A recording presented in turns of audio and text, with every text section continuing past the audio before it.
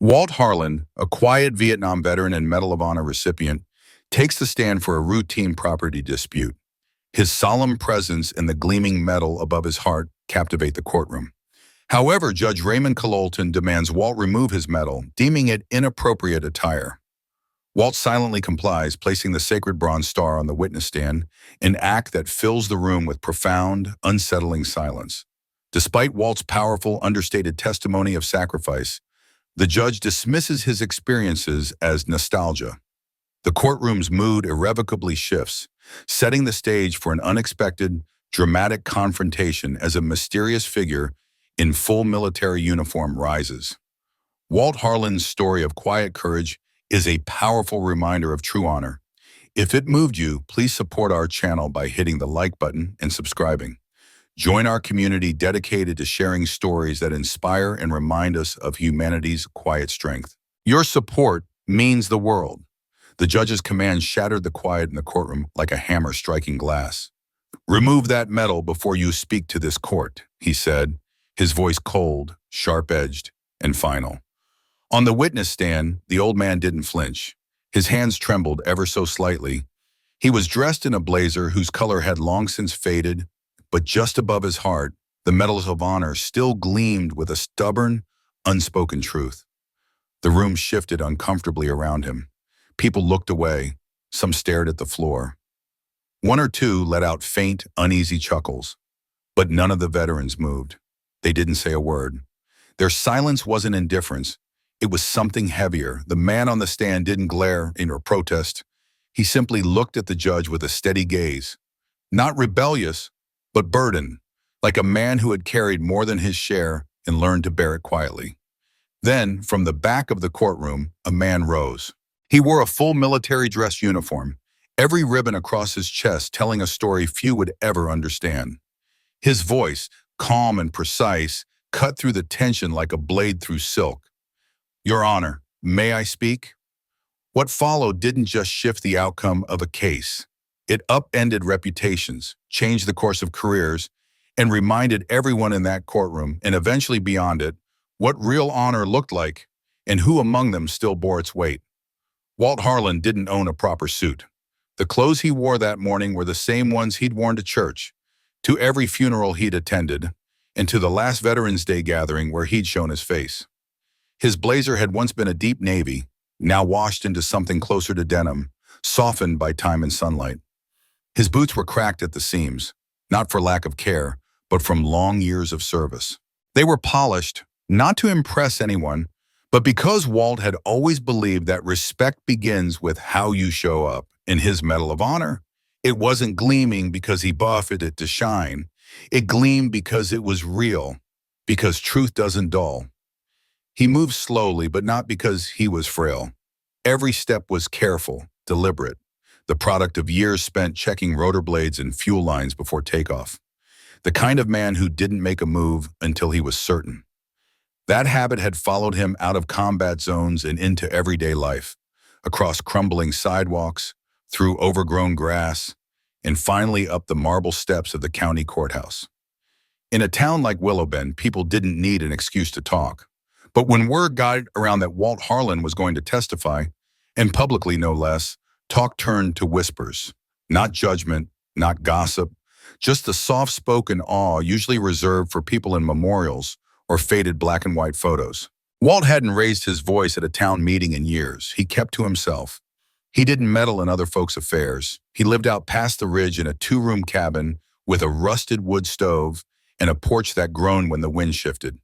Most younger folks, anyone under 40 really, didn't know who he was beyond the quiet man at the hardware store or the one leaving scraps behind the VFW hall for the stray cats. They'd nod politely and move on. But the old-timers remembered. They remembered the boy who enlisted at 17 and came back from Vietnam changed, quieter, deeper. They remembered how he served 3 tours while others barely made it through one. They remembered how his brother didn't return, and how 2 boys from the same county survived only because Walt had carried them, literally, through fire.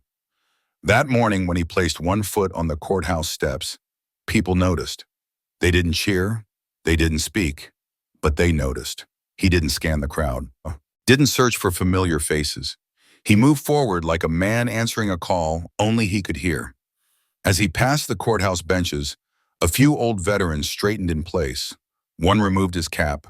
Another gave a slow, solemn nod, his face softening into something that felt like a full-body salute. Inside, the courtroom buzzed with its usual rhythm, attorneys murmuring, papers shuffling, wood pews creaking under shifting weight. Locals who had no business in court that day filled in the back rows just to witness something. But the moment Walt Harland entered, the air shifted. Not with drama, not with spectacle, just a quiet that rolled through the room like a sacred breeze. The kind of silence that settles when something or someone holy walks in. He didn't carry papers, no legal brief, no counsel, no script. Just that worn blazer, his steady stride, and the gravity of a man who had lived a kind of truth few dared to imagine. No robe, no title, no position of power could outshine that. The hearing on paper was supposed to be uneventful, a dispute over land access, just a property easement case. Who could use the strip of land, when, and for what purpose? The kind of mundane procedural matter that rarely left a ripple. But this one was different. Everyone in the room felt it. Judge Raymond Coloulton had presided over that courtroom for over 20 years. He was known for being exacting, by the book, and allergic to sentiment. To him, law was not a living, breathing thing. It was written in black and white, clean, clinical, and immune to emotion. Gray areas were irritants, compassion, a distraction. But this day would test that doctrine in a way no precedent ever could. He believed anything that distracted from protocol was, in his view, a degradation of judicial efficiency. True to form, he entered the courtroom precisely 3 minutes past the hour. Never early, never late. As always, his gaze remained rigidly forward. He didn't so much as glance at the gallery, ignored the whispers rustling through the pews, and made no acknowledgement of the man seated at the witness stand. Walt Harland sat there calm and still, as immovable as bedrock. He wasn't one to fidget. He simply folded his hands together in his lap and waited. But Judge Raymond Coloulton did see the medal. It wasn't worn to draw attention. It didn't glint in the light with any ostentation or theatricality. It simply was. A pale blue ribbon, a bronze star, the unmistakable shimmer of the Medal of Honor resting quietly above Walt's heart, as if it belonged there, not just to him, but to a greater memory, a legacy that surpassed any one man. To most in the courtroom, the medal stood for sacrifice, for valor, for the kind of bravery that transcends time and politics and courtroom decorum. It was more than decoration. It was a national inheritance, worn by one, borne by many. But to Judge Coloulton, it was something else entirely. It was a problem, a variable he couldn't control, a force that threatened the sanitized neutrality he prized in his courtroom. And so, before the proceedings could formally begin, he leaned into the microphone, cleared his throat, and spoke with that same clipped tone he reserved for objections and rulings. "Mr. Harland," he said, his voice was firm but free of heat, "remove that medal before speaking to this court." The words dropped into the room like a weight into still water. The ripples were immediate. Walt didn't move, not even a twitch. He didn't offer rebuttal or explanation. His hands remained folded, his posture unchanged. He looked at the judge, not with resistance or indignation, but with a certain fatigued understanding, like a man who'd seen this before, who had stood in the presence of men whose authority wore uniforms, robes, or just self-righteousness. He looked through the moment, not trapped by it. The room reacted before he did. A soft stir swept through the gallery. One or two people gasped outright. Others turned to their neighbors in confusion, silently seeking confirmation that they'd heard what they thought they had. Toward the back, an elderly woman shook her head slowly, her mouth pressed into a firm, silent line. A young man leaned forward, brow furrowed, stunned. Judge Coloulton showed no reaction. He continued, his voice now taking on a measured scold. "This is a court of law," he said, "not a stage for ceremony. That medal, however meaningful, is not appropriate attire for witness testimony. Remove it, or you will not be permitted to proceed." The clerk hesitated, her eyes flicking nervously between the judge and Walt.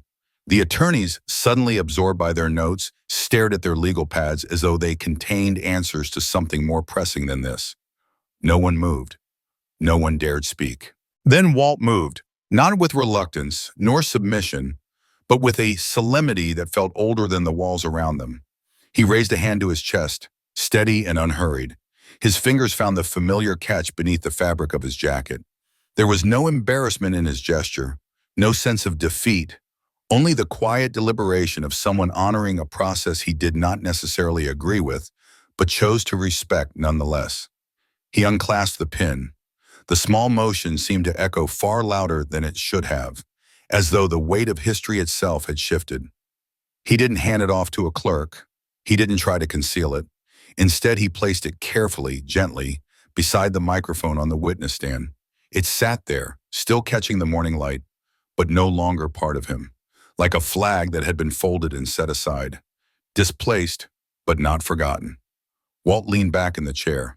His eyes drifted forward, not seeing the courtroom exactly, but a place suspended somewhere between memory and obligation. Something about the atmosphere changed, not from noise, but from the kind of silence that settles after something sacred has been mishandled. The kind of silence that doesn't stem from order, but from discomfort, from a deep collective unease. It was the kind of silence that posed an unspoken question. Who has the right to ask a man to remove his honor? Judge Coloulton gave a small, sharp nod. You may proceed, he said curtly, his gesture falling flat as he turned to the attorney. But the moment had already taken root. Something intangible, ancient, reverent, had been disrupted, and even those who couldn't quite name it could feel it nonetheless. Walt's hands moved again, slowly, as though even they were reluctant to begin. There was no theater in his actions, no resistance, just a resigned obedience. Not to the judge, perhaps, but to the nature of the moment. The same kind of obedience he had once known in places thick with heat and the scent of sweat, oil, and gunpowder. His thumb slid beneath the frayed edge of his blazer, and he removed the medal of honor the way one might handle something holy. It was small, smaller than most people imagined. A bronze star on a light blue ribbon, dotted with white stars, delicate in its simplicity. Yet in his palm, it looked impossibly heavy, as though it carried all the names and places and moments it represented. No one in the courtroom spoke. The judge shifted, but said nothing more. The judge leaned back in his chair, casually rearranging the papers before him like the matter had been resolved, as if somehow the courtroom had snapped back to its normal order. But no one else moved. Not a breath, not a shuffle, not even the scratch of a pen. Every eye remained fixed. Walt still held the medal in his hand. His fingers didn't tremble, but he didn't release it right away either. His gaze drifted downward, not out of guilt, but out of remembrance. It wasn't the judge he saw, nor the oak-paneled walls around him. In that instant, Walt was elsewhere entirely, drawn into a place only he knew, one carved out by memory and marked by sacrifice. His breathing slowed, deepened, as if he were crossing some invisible threshold before he could carry on. Then with deliberate care, he set the medal down. He didn't slide it into a pocket. He didn't offer it to the bailiff. He didn't tuck it beside his coat or return it to some box. Instead, he placed it right there on the witness stand, on the polished wooden ledge, beside the microphone, next to the neat stack of legal pads. A place meant for facts, for testimonies, for the machinery of law. It didn't belong there, and yet it stayed. That was what made it so difficult to ignore. The courtroom wasn't built for moments like this, wasn't meant to hold symbols left behind without explanation. No speeches, no ceremony, just a small, brilliant emblem resting silently in the light, not as decoration, but as declaration. It glinted like a verdict all its own. In the gallery, something shifted. A young man in the back, who moments earlier had been slumped in his chair, now sat upright, fully awake. A woman near the aisle pressed a crumpled tissue to her lips, startled to find tears already there. A man in the second row stared at the medal with quiet awe, as if unsure whether he was even allowed to look at it. The silence said more than words ever could. Walt clasped his hands again, resting them on his lap. His expression was composed, but not with ease. It was the composure of someone who had carried more than anyone should have to and had simply learned to keep walking. The prosecutor cleared his throat to continue, but his voice came out dry, uncertain. Even he felt it, that dissonance. How strange it was to go on talking about easement lines and irrigation runoff when, just inches from the microphone, something so profound had been placed, as if daring the court to understand what had just occurred. Judge Coloulton gave no sign that he noticed. He resumed with the same stern tone, as if everything remained intact, as if the scaffolding of law hadn't just trembled. But those who were truly watching, especially those who had served, who had grieved, who had waited through years of silence for recognition, knew better. What had just unfolded wasn't mere procedure. It was intimate, personal. And in trying to strip the room of sentiment, the judge had triggered something far deeper. He had ignited reverence, not loud or theatrical, but solemn, wordless. A kind of reverence born not from applause, not from anger, but from stillness, from a collective breath-held understanding. No one dared touch the metal, not the attorneys, not the clerk, not even the bailiff, who kept glancing toward it like a mourner eyeing a folded flag at a graveside. Respectful, unsure, almost afraid.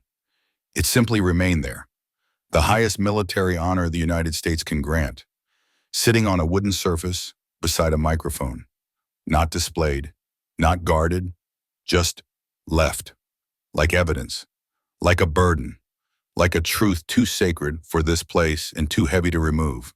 And Walt didn't move either.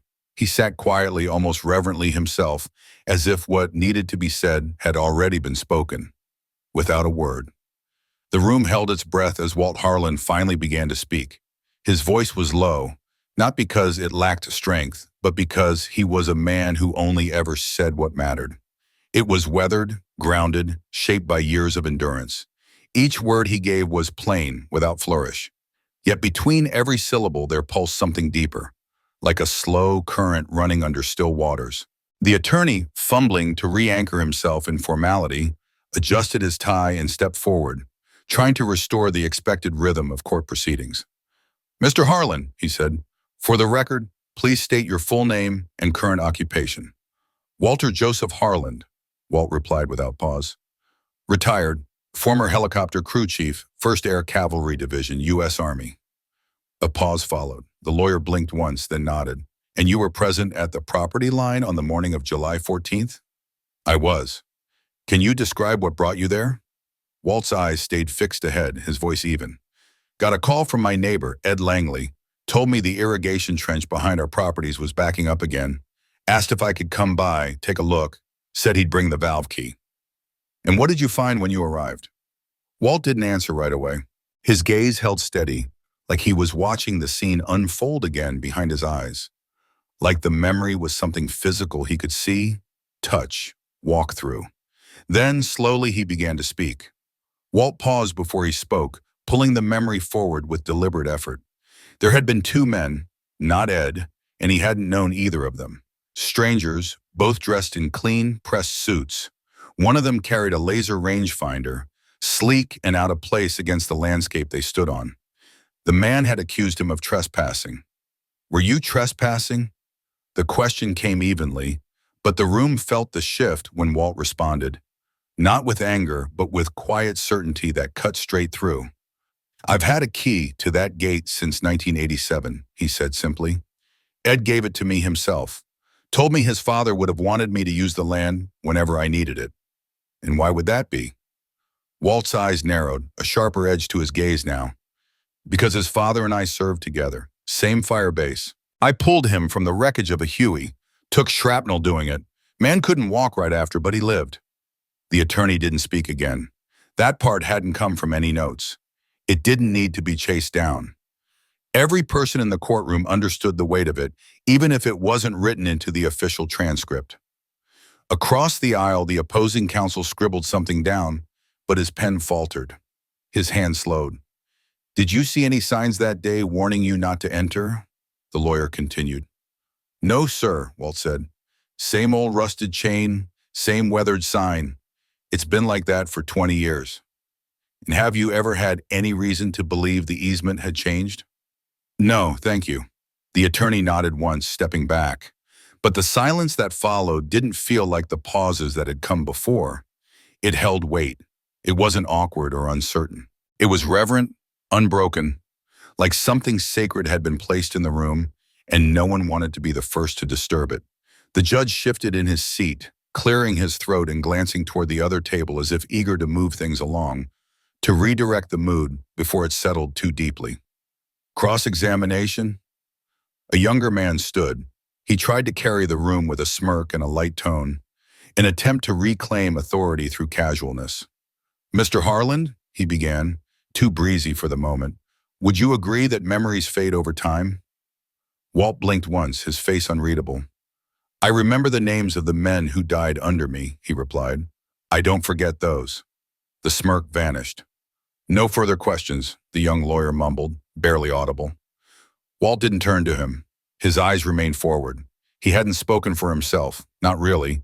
His words were for something much larger than a court record, something unspoken but understood by everyone in that room. Beside him on the stand sat the silver star.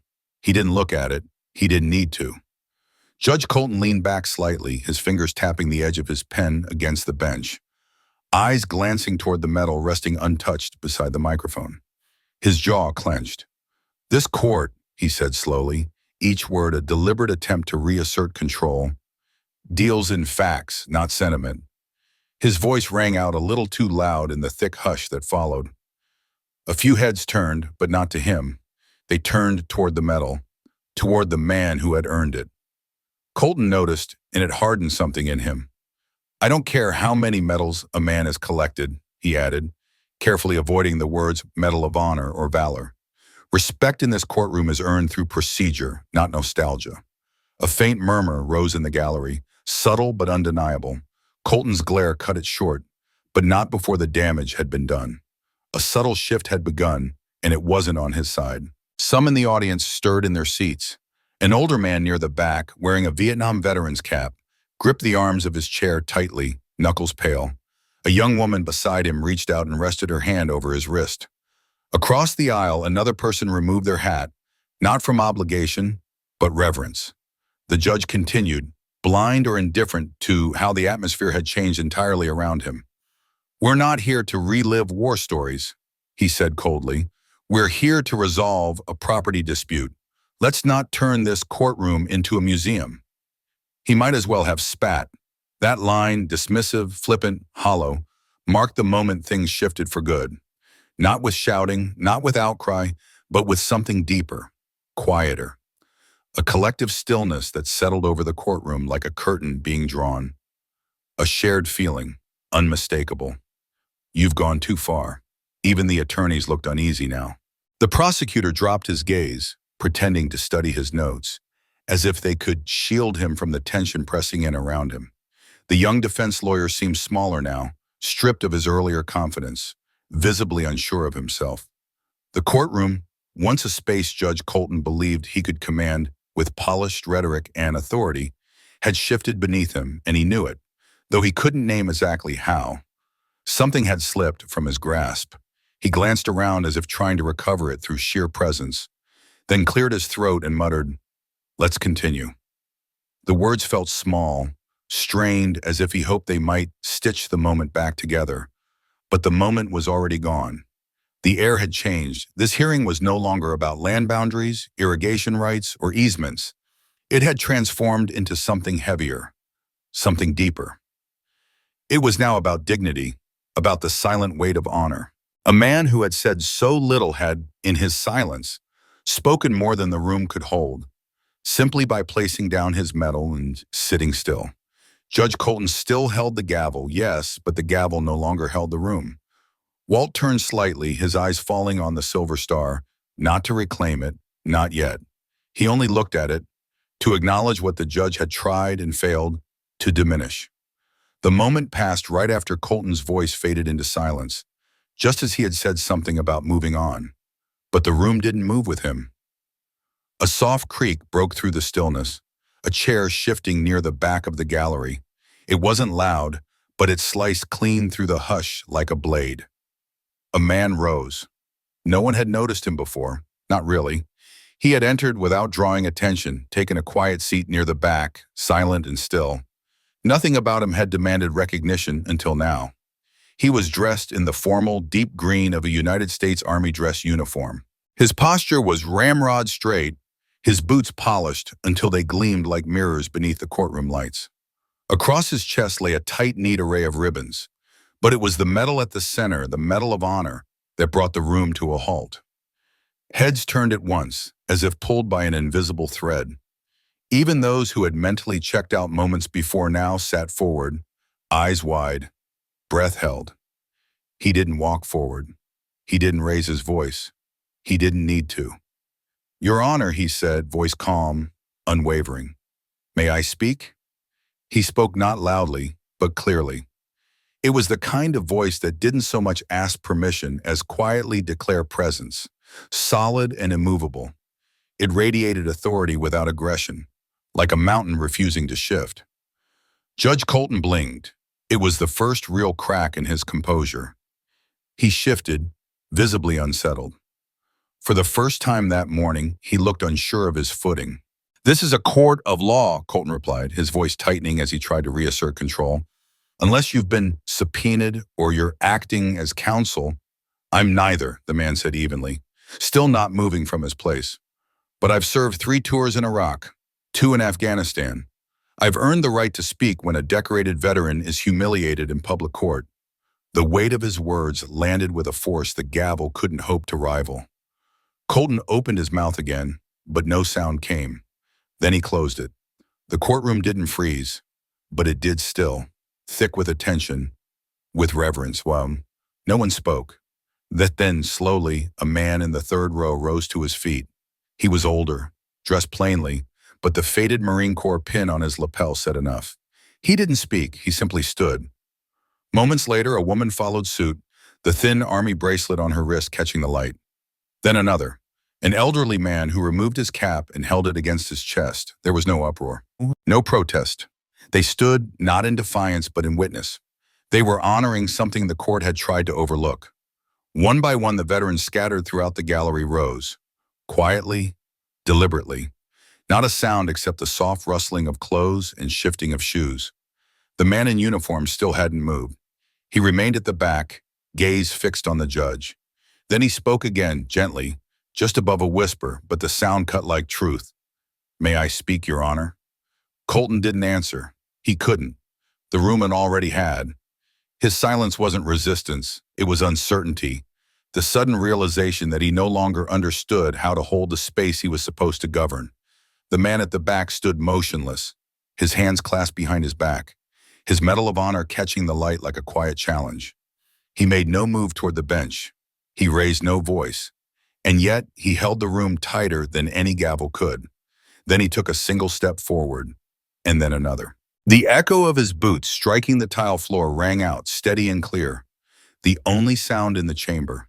Walt remained seated, unmoving, hands clasped loosely in his lap, eyes lowered not from shame but from recognition, from understanding. As the officer walked slowly toward the front, more veterans rose. 3 more, then 5, then nearly a dozen. No fanfare, no speeches, only people, veterans standing in silence. Hats in hand, heads bowed, faces etched with quiet reverence and contained fury. The officer stepped up to the witness stand. He didn't speak right away. His eyes dropped to the silver star resting solemnly beside the microphone. For a long moment he just stood there staring at it, his gaze quiet and reverent, like a mourner standing over a headstone. Then, using both hands, he lifted the medal. But he didn't lift it like a simple object. He cradled it like a memory, something sacred and weighty, something that carried loss and history. He held it longer than anyone in the courtroom expected. Turning toward the judge, he finally spoke, his voice low but unmistakably clear. "This," he said softly, raising the medal just enough for the judge to see, "is not jewelry. It's not meant for show.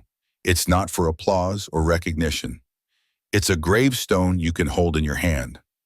The judge's posture stiff and his expression freezing mid-thought. This officer stepped forward, still calm, never raising his voice.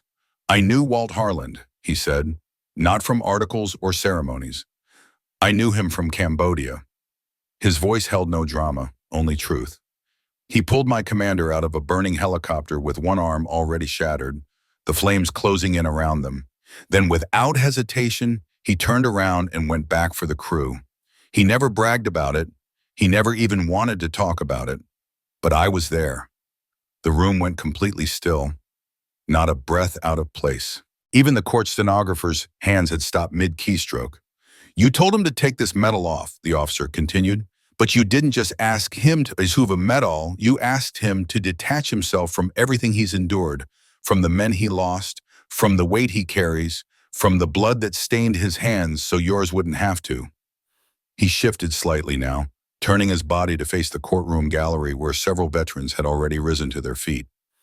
"You say this is about courtroom decorum," he said, "but what you're really talking about is comfort. You're uncomfortable sitting across from something you have never earned, and so you tried to diminish it." Judge Coloulton parted his lips, but no sound came. Whatever defense he might have prepared crumbled before it reached his throat. The officer turned back toward Walt. "You didn't take it off," he said gently. "You surrendered it, and that's what hurts the most."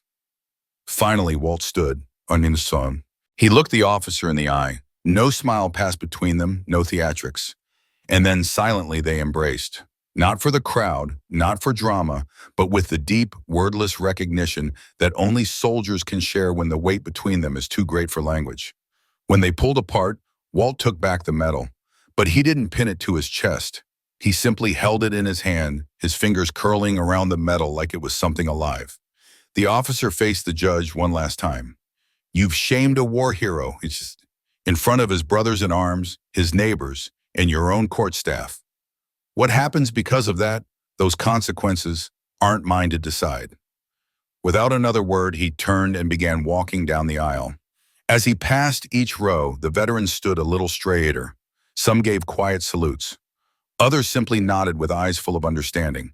And slowly, silently, row by row, the entire courtroom rose, not clapping, not calling out, just standing, bearing witness, delivering their judgment on the man behind the bench. By the end of that week, the moment had spread far beyond that courthouse. It started with a shaky 47-second cell phone clip captured by someone seated near the back. No music, no edits, just a steady voice asking, "May I speak?" and the quiet, almost reverent rising of veterans throughout the gallery. The video moved faster than any court transcript could, passed from veterans forums to family group chats, and then into the hands of national newsrooms. Then came the headlines: "Judge orders war hero to remove medal," "Silence topples a gavel," "The day honor spoke louder than the bench." He gave up his medal, but the nation stood with him. By Monday, it was on every major outlet. News anchors used words like disgrace, dishonor, and misconduct. But it wasn't the media that brought the reckoning. It was the veterans. More than 200 active duty and retired officers signed a joint public statement condemning Judge Coloulton's conduct. Military support organizations issued formal letters to the State Judicial Conduct Board demanding disciplinary review. A retired Navy admiral appeared on national television, calling the judge's actions an institutional insult to every man and woman who has ever earned a combat decoration. The flood of complaints didn't come from political groups or law professors. It came from everyday Americans, teachers, nurses, long-haul truckers, veterans, people who had never in their lives have written to a government office, picked up pens, and wrote heartfelt, handwritten letters to the court, demanding accountability. Sponsors began pulling out of judicial events. Coloulton's campaign for re-election unraveled quietly, but unmistakably. The local bar associations didn't raise their voices. They didn't have to. Their censures were restrained but pointed. Even a U.S. Senator herself, the daughter of a Korean War veteran, weighed in with a single tweet: "A courtroom that silences honor cannot claim to uphold justice." And Judge Raymond Coloulton? He remained silent through it all. No statements, no interviews, no televised apology, nothing. Then came Thursday morning. Pinned discreetly to the courthouse bulletin board was a short typed notice: Effective immediately, Judge Raymond Coloulton would be stepping down due to personal reasons. Every case on his docket was reassigned. Not a word about the medal, no mention of Walt Harland, not even a passing acknowledgement of the moment that had broken the gavel's authority and echoed far beyond the walls of that courtroom. But by Friday, his nameplate had vanished from the door. That door, once passed with deference, now drew only glances and whispered recollections. He had entered that week a man cloaked in unquestioned authority. He left it remembered for just one sentence, not written into any legal opinion, not immortalized in court record, just spoken aloud, clear and cold. Remove that medal before speaking to this court. It wasn't the command that lingered in people's minds. It was what came next, the silence, the refusal, the quiet act of standing, and the voice that followed, not Coloulton's, but the one that made a nation pause and listen. The courtroom never honored that moment.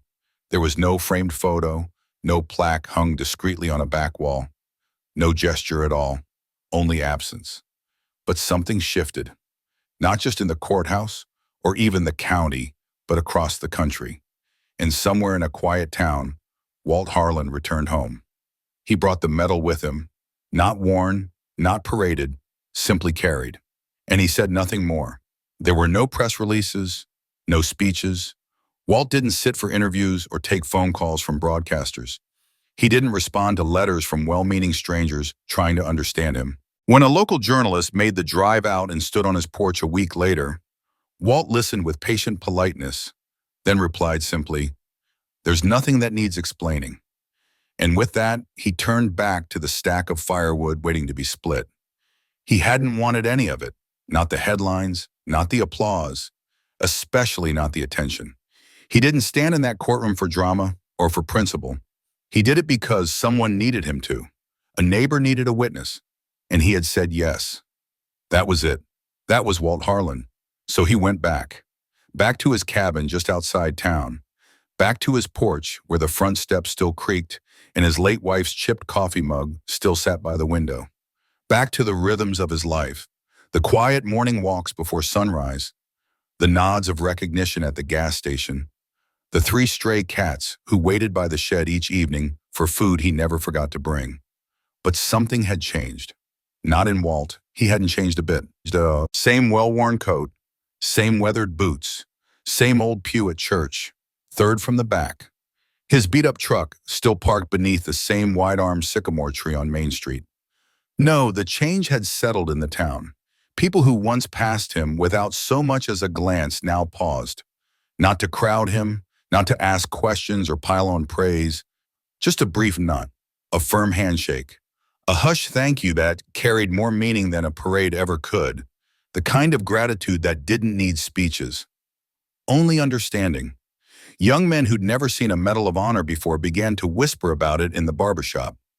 At the high school, students asked their history teacher if they could write essays about the man who stood in silence and made history. In a modest white church on the hill, the local pastor rewrote his Sunday sermon. It wasn't about war, it was about dignity. And Walt, he let it all move past him like wind through the pines. He never pinned the medal on again, but he didn't lock it away either. It now rested on a small wooden stand in his living room, beneath a neatly folded flag and beside a faded photo of 3 men in uniform. One of them was smiling, frozen forever at 20. He never told the full story, never sat down to explain. He didn't need to. In that courtroom, a place meant to measure truth and issue judgment, he had reminded a town and a country what real honor sounds like when it doesn't need to raise its voice. Walt Harland never asked to be remembered. That wasn't why he stood. But people remembered him anyway. Not because he fought back, but because when someone tried to reduce him, to strip him of what he carried, he didn't rise in anger. He simply refused to bow. Some stories don't need grand endings. They just need to stay with us. And Walt's did.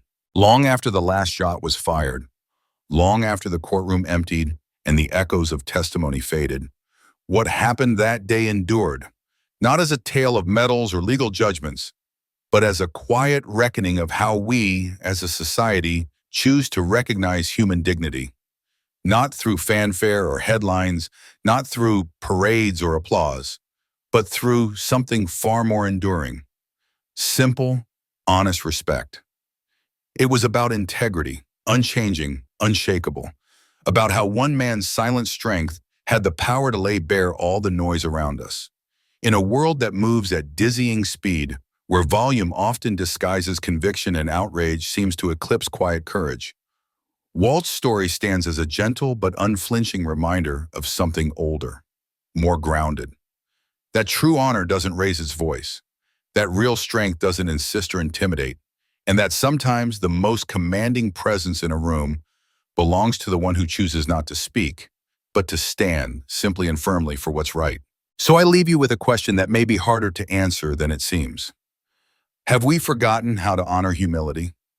In our hunger for spectacle, have we lost sight of the men and women whose quiet lives and steadfast hearts have earned not cheers, but our silence, our attention, our gratitude? Think about those people. A parent who bore burdens without complaint. A neighbor whose quiet kindness changed your life. A fellow veteran whose eyes told stories their mouth never dared. Have you seen those quiet acts of strength? Do you think we today still understand what real respect looks like? Not the kind printed in headlines, but the kind you feel when someone simply lives with decency and grit. We invite you to share what this story stirred in you. Tell us your memories. Tell us what you've witnessed, especially if you've served or loved someone who has. This space, this conversation, is yours. If Walt's story moved you, we hope you'll stay with us. Like the video, subscribe to the channel, but more than that, join a community that values stories like his, not for fame, not for attention, but because they carry a quiet truth that deserves to be remembered. And above all, hold on to this. The greatest acts of courage are often not proclaimed. They are simply endured. Thank you for being here. Until next time.